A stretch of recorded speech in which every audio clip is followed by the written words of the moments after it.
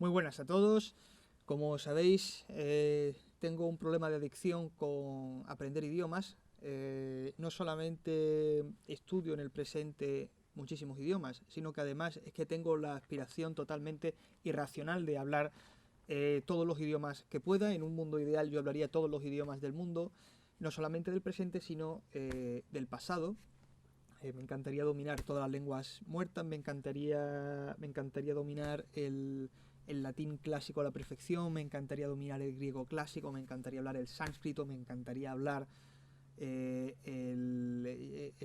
etiópico antiguo, me encantaría hablar, yo qué sé, mira, no voy a entrar ahí porque es un mundo, pero, o sea, quiero hablar persa del siglo II antes de Cristo, ¿sabes? Es que es muy fuerte. Bueno, en cualquier caso, esto no es posible. Yo no tengo.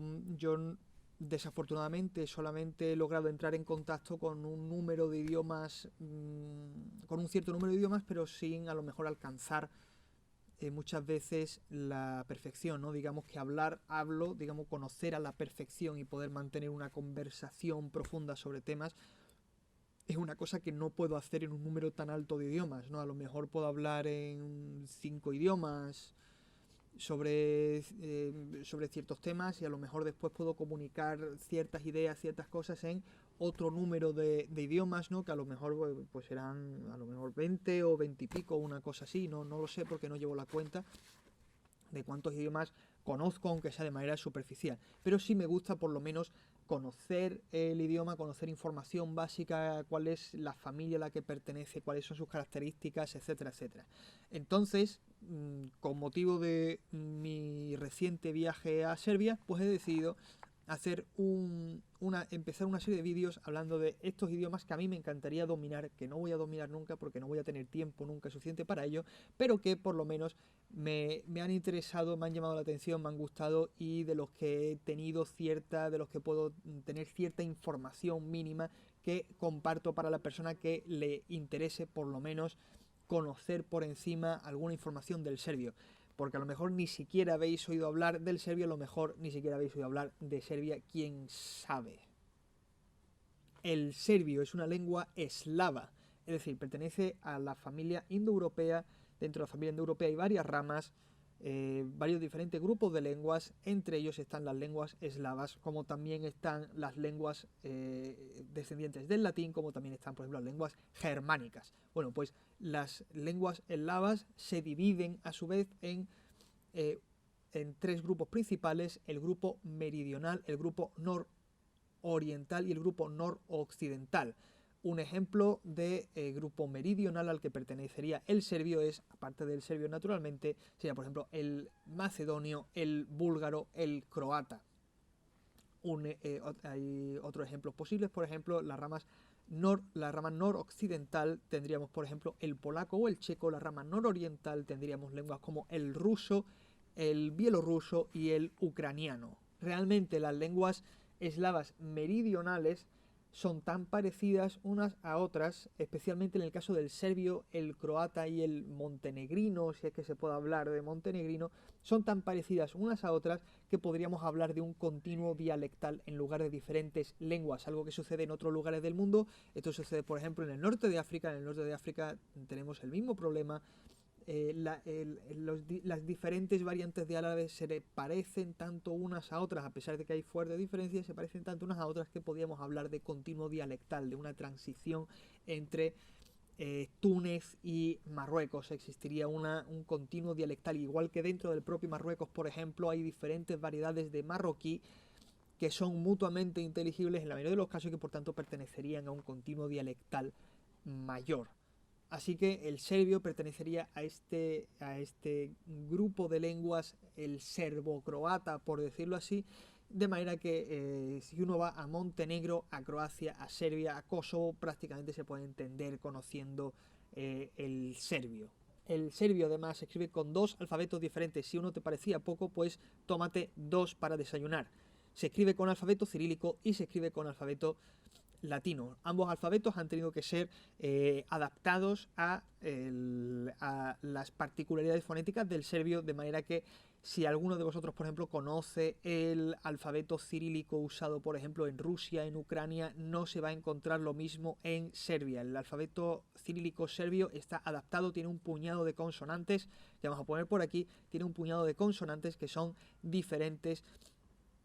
Así que, aunque conocer el alfabeto cirílico ayuda, tenéis que tener en cuenta que os vais a enfrentar a estas consonantes que no están en ruso.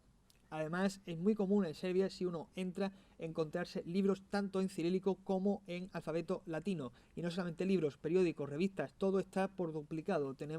No es que la revista publique por duplicado, sino que todo está en estos dos alfabetos, aunque sea la misma lengua la que esté siendo escrita. El serbio, además, es una lengua que tiene un sistema de flexión bastante cojonudo.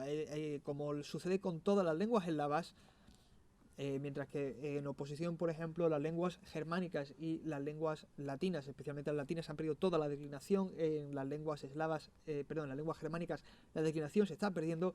Las lenguas eslavas son muy ortodoxas en lo que se refiere a la declinación y mantienen un sistema flexivo fortísimo.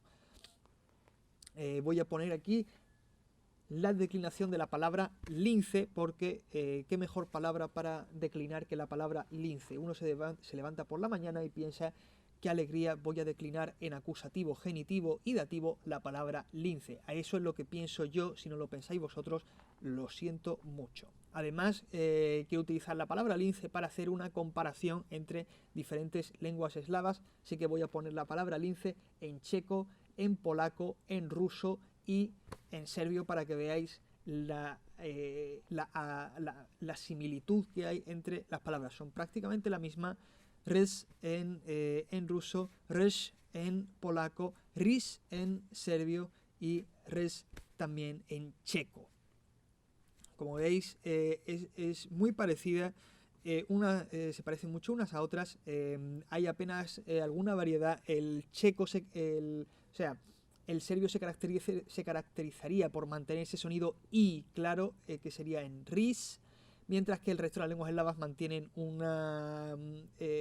mantienen esta vocal que también está en turco, esta y sería rs, sería rs, sería rs. Una característica también que define al polaco: el polaco tiene esa terminación más fuerte, esa consonante más fuerte, esa S más pronunciada, sha, res, res.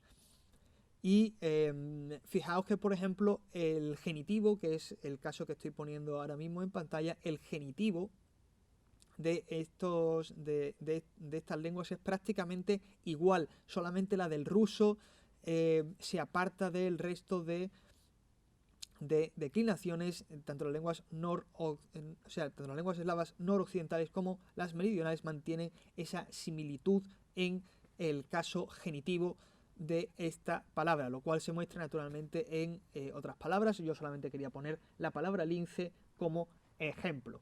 Mi impresión del serbio es que es una lengua muy bonita. Si alguno está interesado en viajar por los Balcanes, pues posiblemente le sea muy útil aprender serbio, porque, como digo, el serbio le va a ayudar a prácticamente comunicarse tanto en Serbia como en Montenegro, como en Bulgaria, como en Croacia, como en Kosovo. Si viaja por todas estas zonas, conociendo el serbio, posiblemente pueda comunicarse con cierta claridad. Quizá el búlgaro es el que más se aparta del estándar de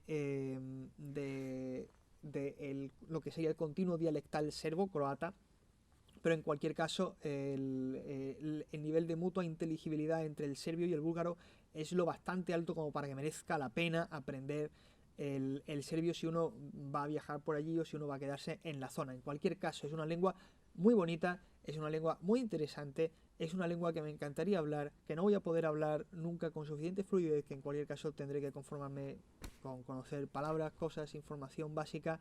Sí es verdad que puedo leer ciertas cositas debido a la similitud que tiene con otras lenguas eslavas que conozco mejor, como el ruso o el polaco, pero en fin, espero que os haya interesado, espero que os haya gustado, y voy a hablar de todas estas lenguas que mucha gente no conoce tanto y que son igualmente bonitas, porque estoy cansado de que la gente me diga que habla, sí, de inglés, francés y alemán. O sea, que sí, tío, o sea, que todo el mundo, o sea, ya es muy mainstream, ¿sabes? O sea, ya es muy mainstream hablar francés y alemán, ¿sabes? O sea, todo el mundo habla francés y alemán, o sea, que es ridículo, o sea, hay que ir al siguiente, hay que ir a lo siguiente, o sea, el reto no es hablar francés y alemán, inglés ya ni lo cuento, porque inglés es que si inglés es todo el mundo lo habla, o sea, que ya pasamos del inglés.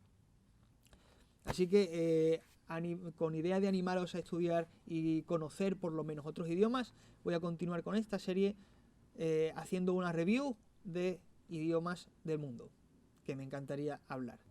Suscribíos al canal si os interesa este vídeo, si queréis ver más, si os interesa este contenido, dejadlo en los comentarios y echarle un ojo al resto de vídeos del canal sobre lenguas, idiomas, etcétera. Y bueno, nos vemos muy pronto con más idiomas, con más locuras, con clases de latín en árabe y con a saber qué se me ocurre la semana que viene antes de que pierda la cabeza.